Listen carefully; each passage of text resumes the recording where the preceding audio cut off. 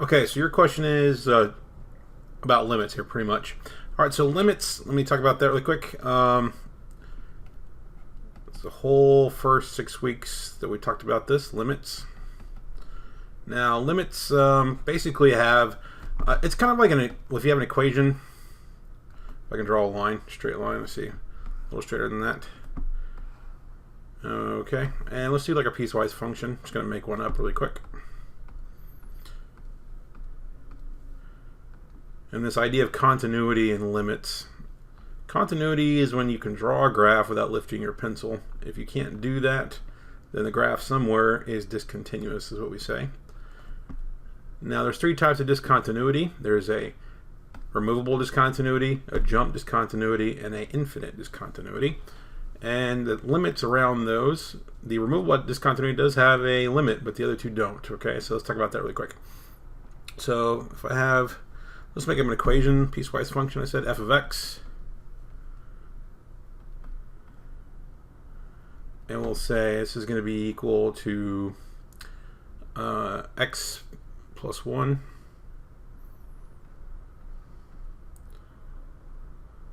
for all of x that's not equal to 2. And then it's going to equal 5 when x is equal to 2. Okay, so we're going to draw a graph for all values of x that is not equal to 2 is going to be x plus 1. So that's a linear function, y equals x plus 1. So here's your y-intercept right here. Your slope is 1, so you go up 1 over 1. And it's going to exist everywhere except for 2 right here. So there's going to be a hole in the graph. But everywhere else it'll be defined up 1 over 1 as we keep drawing this. So this is what it's going to do.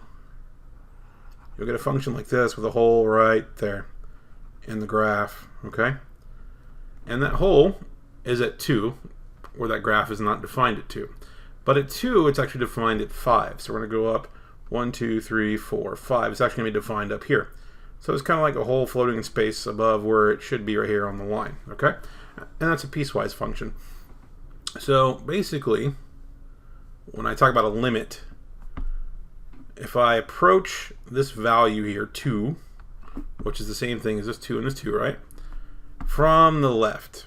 If I go at it from the left of this graph, if I go across these x values right here, across all these x values from the left, as I approach 2, this is called the left side limit. As I approach to the limit, as x approaches, we say 2 from the left, meaning that you put a minus sign, that superscript means from the left of this function.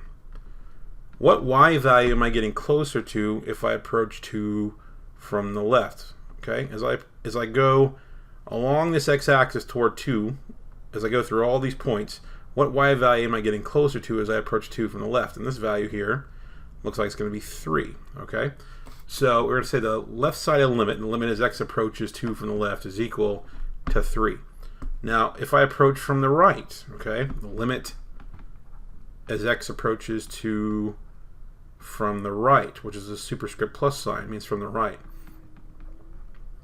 What is this going to be? If I approach from the right, if I go across all of these x values from the right, if I approach 2 from the right, okay, which means I'm going down this graph, right? All these x values. What y value am I approaching? Y value am I approaching as I get closer to the x value of 2? I'm also approaching this y value of 3 from both directions, okay?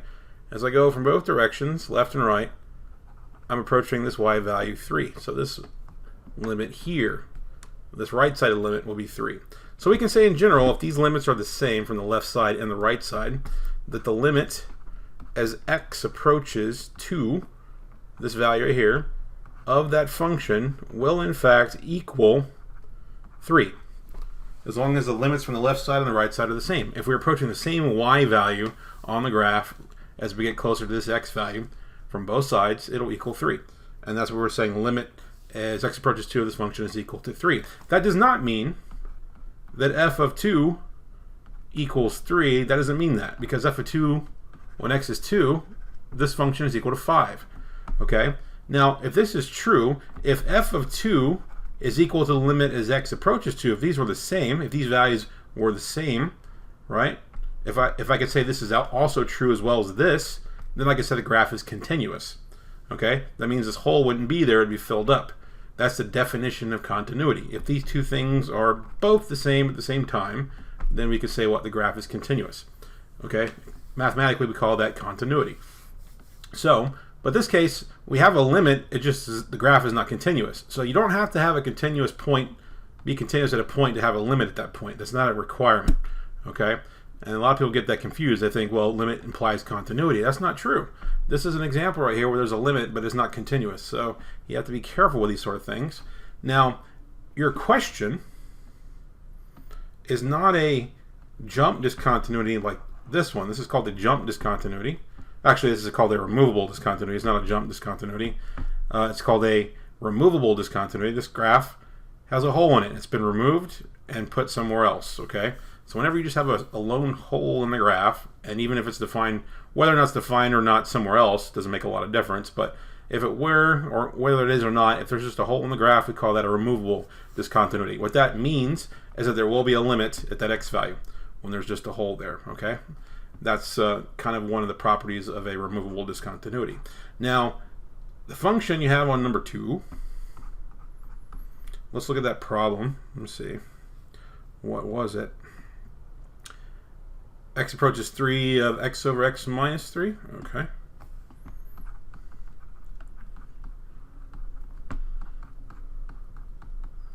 This right here is a different creature. Okay. This is a rational function. If I were to draw this, let's draw this. Graphs are worth a lot. I can't really draw a straight line with this pen. I'm using my, what is called a Wacom tablet, but I don't have a, doesn't draw straight lines. Well, I guess you can make it draw straight lines, but I'm not putting in that kind of time and effort for this little video. But let's take a look here. If I were to draw this, what I can see here is that this is a factor, and there's no factor on the top that matches it. So if we had a factor on the top and the factor on the bottom that matched that we could cancel, that would indicate the existence of what is called a removable discontinuity, just like this example I did up here. But since these are not the same factors, they can't cancel, so it's not removable. What we have here on the bottom is when this bottom is equal to 0, which is not allowed to do, you can't divide by 0. When it does equal 0, that means that it will equal 0 and x is equal to 3. And when that happens, what you have here is called a vertical asymptote for this particular rational function. And a rational function is a quotient, as you can see here, a quotient of two functions. X is a function, x minus 3 is a function. And when you divide them, it's called a rational function. And they often have asymptotes. When the bottom here a factor doesn't cancel anything on the top. So x equals 3 is a vertical asymptote. It's an imaginary line this graph can't cross. Now, I also see that the powers, the highest powers of x and on the top and the bottom are the same. They're both x to the power of 1. So that means that their coefficient ratio, which is 1x over here and 1 times this 1x right here, this 1 and this 1, that ratio 1 over 1, which is 1, is the horizontal asymptote. Okay, horizontal asymptote. And these are things you should have picked up in either pre-cal or in algebra 2. Okay, so y equals 1 is a horizontal asymptote. So there's another line you won't cross on your graph when you draw it. So what does this even look like, right? Well, we can, if we plug in 0 for x, for instance, right? It'll be 0 over negative 3, but that gives you the y value of 0. So basically, we know that coordinate right there, x when x is 0, y is 0. That's the what? That's the x-intercept and the y-intercept of this graph. So what you have here is a graph that's going toward this asymptote as it goes to the left, but never reaching it. It's never going to reach this top line right here. But it's going to get closer forever, and then this is going to go toward this asymptote this way, downward forever, and getting closer to that vertical line without ever reaching it. It just gets closer and closer. So this is what's happening on the left side of this value 3. Now from the right side, if we were to plug in a value bigger than 3, like 4 or 5 or one of these values, right? Let's plug in 4. We'll get 4 over 4 minus 1, which is just 4, right? I'm sorry, which is just 1. No, it's 4. Sorry. 4 over 4 minus 1 is 4. So it's going to be up here at 4. Think about this. 1, 2, 3, 4. It's up here. Okay? And what's going to happen here from this side is we go this way, it's going to be looking like this. It's going to go through that point and go toward this asymptote this way. So this is what this graph looks like. So here's the question. If we approach, again, the left side and right side limits again. Let's talk about this again. If we approach from the left, this value 3, right here, this limit that we're approaching, we approach it from the left, what y value are we getting closer to? If we move across these x values from the left side, what y value am I getting closer to? I'm actually just going down forever toward negative infinity. That's the y value I'm getting closer to. If I go from this direction, if I approach x equals 3 from the right side, I'm going toward a y value up here that's actually going to go toward infinity. Okay, so we can say that the left side limit, the limit as x approaches 3 from the left, will be negative infinity, and the limit as x approaches 3 from the right will be positive infinity. Okay, that's the y value that we're getting closer to as we go up forever, right? So technically it's not really a value. For a limit to actually exist, it has to be a real number, be it positive or negative. Infinity is not a real number, so technically this limit, even if they were both going into the same direction, infinity or negative infinity, it doesn't exist. Okay, infinity cannot be a limit. But we don't really say in mathematics, even though this is true to say this limit does not exist on the left side or the right side, we just say it's infinity or negative infinity, even though it's implied to not exist.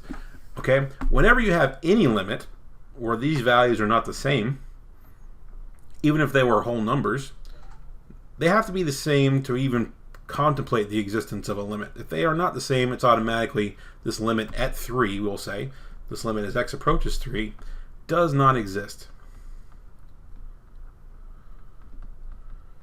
And in shorthand, we tend to write this as like this, DNE, does not exist. Okay, they have to be approaching the same value from the left and the right, but that value also has to be a whole number. So if they're both approaching even like both infinity, that still does not exist, because technically what? Infinity is not really a whole number, or it has to be not a whole number, but a real number. It doesn't have to be a whole number, it could be a fraction, but it has to be a real number that you're approaching.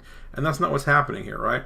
So, and if I were approaching two different real numbers from the left and the right, it would still not exist. It has to be the same value. So they have to be the same value from the left and the right, and it has to be a real number. Okay, so technically, this is the left side and right side limits. They are not going to the same direction, and the limit does not exist. For that reason, it's also true to say it wouldn't exist anyway, because what? Neither one of these is a real number, if that makes sense to you. Okay, so this answer, in short, does not exist. You actually have to know the properties of a rational function and how to graph these to understand this. Okay, so this is something you should be able to do. This graph is something you should be able to sketch from this question. I hope that makes sense. So your answer for this question is does not exist. All right. Appreciate the question though. Hopefully that's not too convoluted a response.